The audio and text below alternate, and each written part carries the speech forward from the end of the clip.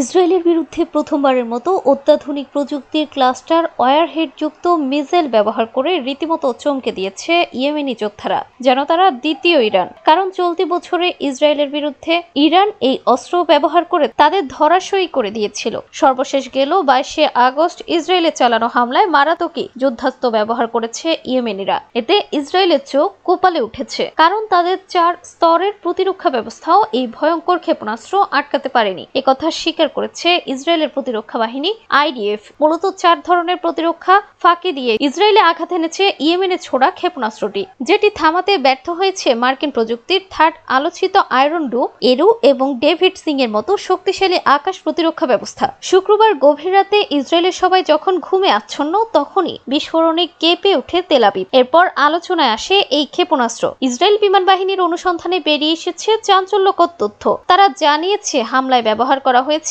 অত্যাধুনিক প্রযুক্তির cluster warhead যুক্ত মিসাইল। প্রায় 2 বছরের সংঘাতে এবারই প্রথম ক্লাস্টার মিসাইল ব্যবহার করে নজির গড়েছে ইয়েমেনি বাহিনী। ইসরায়েলি গণমাধ্যম স্বীকার করেছে ক্লাস্টার ওয়ারহেড যুক্ত বৈশিষ্ট্যের কারণে হামলা ঠেকাতে ব্যর্থ হয়েছে ইসরায়েল। ছোট ছোট খণ্ডে বিভক্ত হওয়ার আগে ধ্বংস করা যায়নি ইয়েমেনের ছোড়া ক্ষেপণাস্ত্রটি। যুক্তরাষ্ট্র, রাশিয়া ও চীনের মতো কিছু পরাশক্তির কাছেই আছে ক্লাস্টার ওয়ারহেডের এই অস্ত্র।